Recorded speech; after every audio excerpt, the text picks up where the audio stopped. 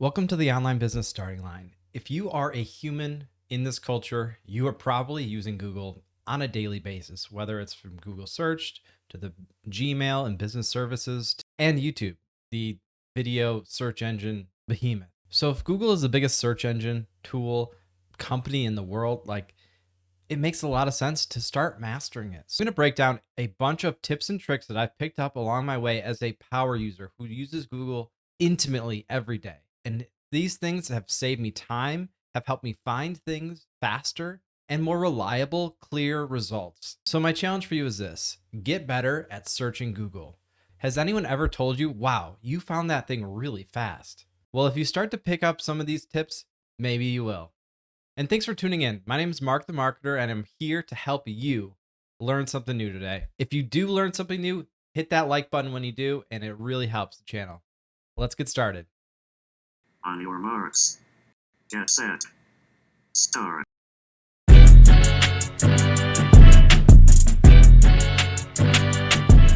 All right, today's starting line spotlight service is Teachable. Now, if you've never heard of Teachable, it is one of the biggest platforms for course creation on the internet.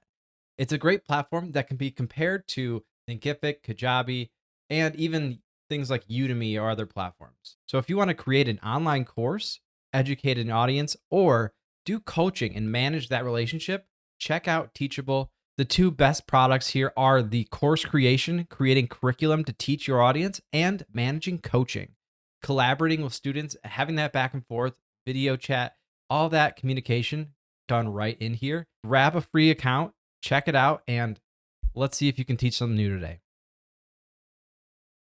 The first place you need to start when going to Google search is thinking about your search intent. Are you asking the right question? Now, Google is good at one thing, and it is giving you exactly what you are asking for. Say you're looking up the latest cell phone. Do you want to learn where to buy it? Do you want to learn how to use the feature set? Think about keywords like how, where, buy, words that signify the intent. Are you trying to learn something? You're going to be using words like how to, beginner's guide. Those things really signify what is your intent. What Google results will best answer your question. Are you going to go buy something, or you want something for free, or do you want to just learn and get a tutorial? Google wants to give you what you want, so make sure to ask it. The next trick I use every single day, and it has really helped me find the most relevant information for what I'm looking for. Let's hop into Google search. Type in something generic like best online business ideas.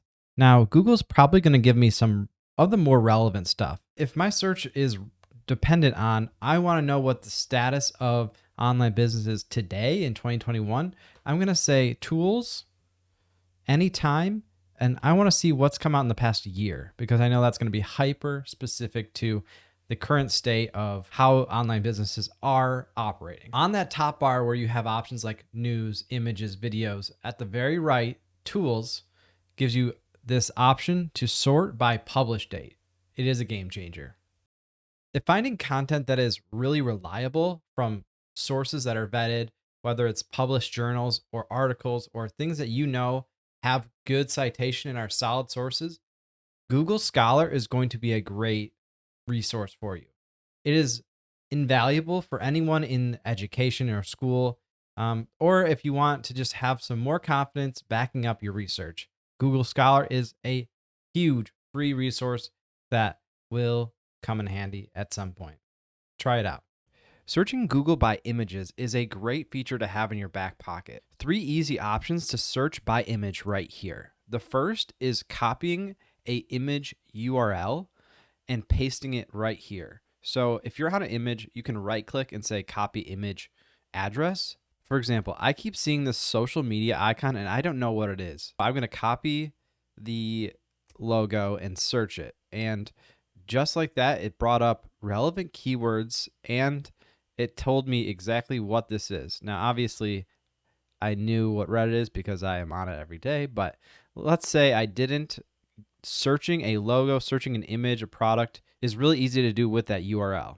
So in the same vein, you can upload that image if you have it, and it does the same exact thing. It's going to search your image that you had Now, the third option you have is to drag and drop an image right into the search. And this is very easy to do and gives you the same exact results.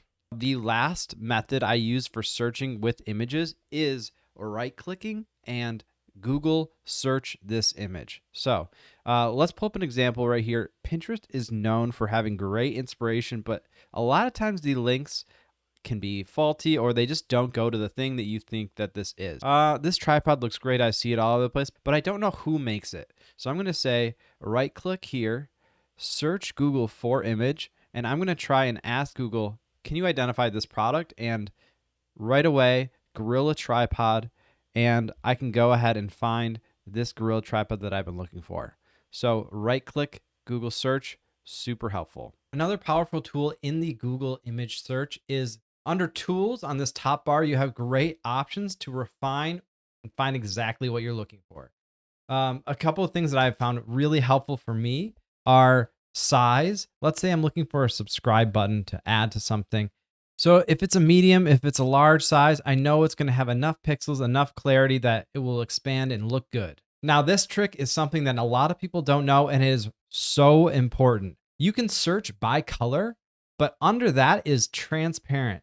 And you see these white and gray boxes. That background is kind of this transparent, what you see if you're using a PNG file. Now, PNG is a file format that can save things with a transparent background. Let's say you have a circle YouTube subscribe button.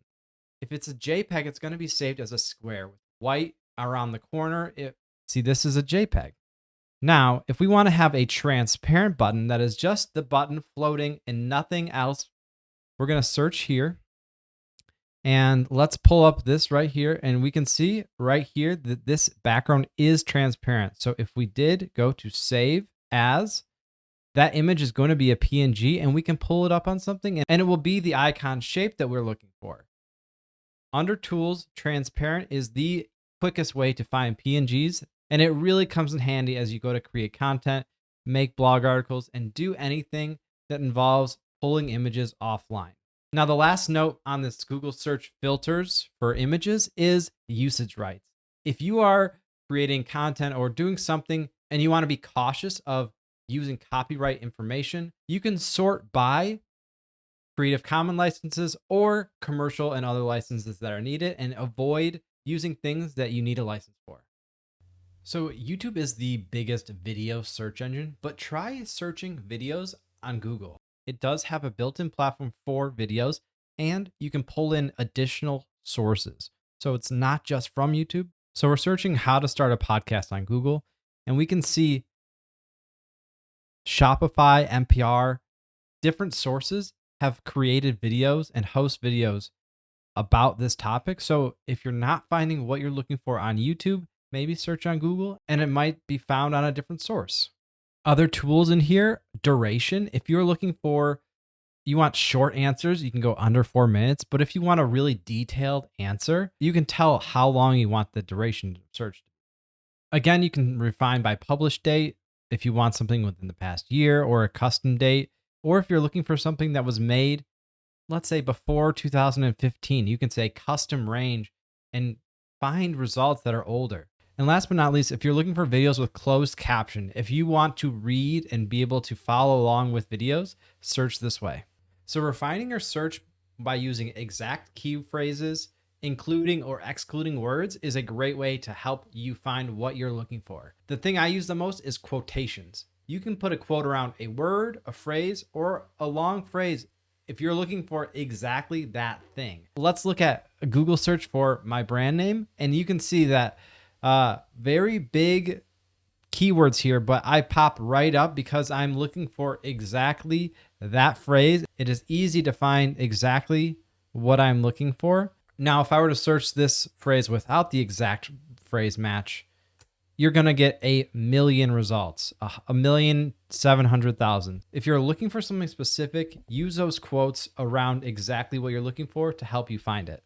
Also, putting a minus in front of the word will exclude that word. And if you put a plus in front of a word or phrase, it will include that in the search. Give those a try and it will help you out.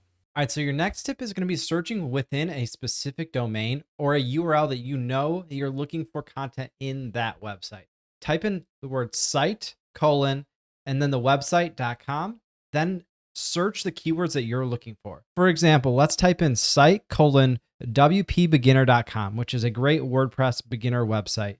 And I want to learn more about podcasting, what they've said on it, because I trust them. They've put out great content. If I just add the keyword podcast at the end, I'm going to get all this content: 7 best podcast hosting, best podcast plugins for WordPress. These are exactly what I'm looking for from that source that I wanted. So this is an awesome feature. Search any website directory with this.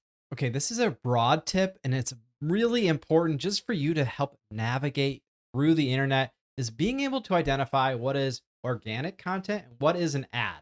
If we're looking for Wix web builder, say we've heard a lot of great stuff about it, we want to check it out, you type it in, you'd think Google's really good at telling you exactly, oh, here's Wix. You're searching for it, here it is. But it is also making money off of ads. So if you're looking at Wix web builder, the top 1, 2, 3, 4 are going to be competitors. Well, technically the top 3 are competitors.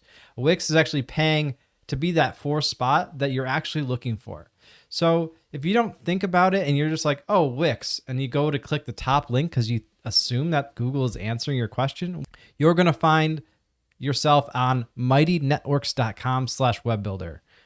So when you go to search, look at the top left of your result. If it does say ad, you know that they are paying to get there. It is not a genuine organic result. And this will prevent you from wasting your time clicking through ads that you're not actually looking for that thing. You know what you're looking for, and you can scroll down and read and actually click the thing that you want. So now my last tip that I've really implemented through my workflow this year is using voice to search.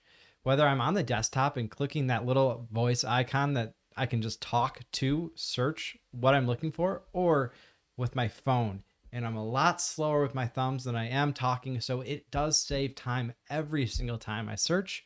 And it is built into Chrome, YouTube, my phone natively. Voice search is really helpful.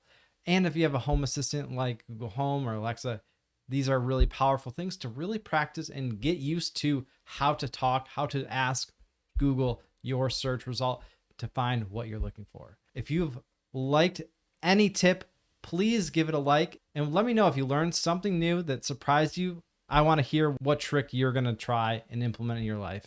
If you have a hack that you use daily on your Google search missions, I would love to hear it because I'm always trying to learn and better myself. So really appreciate you. Like, subscribe, and I'll catch you on the next one.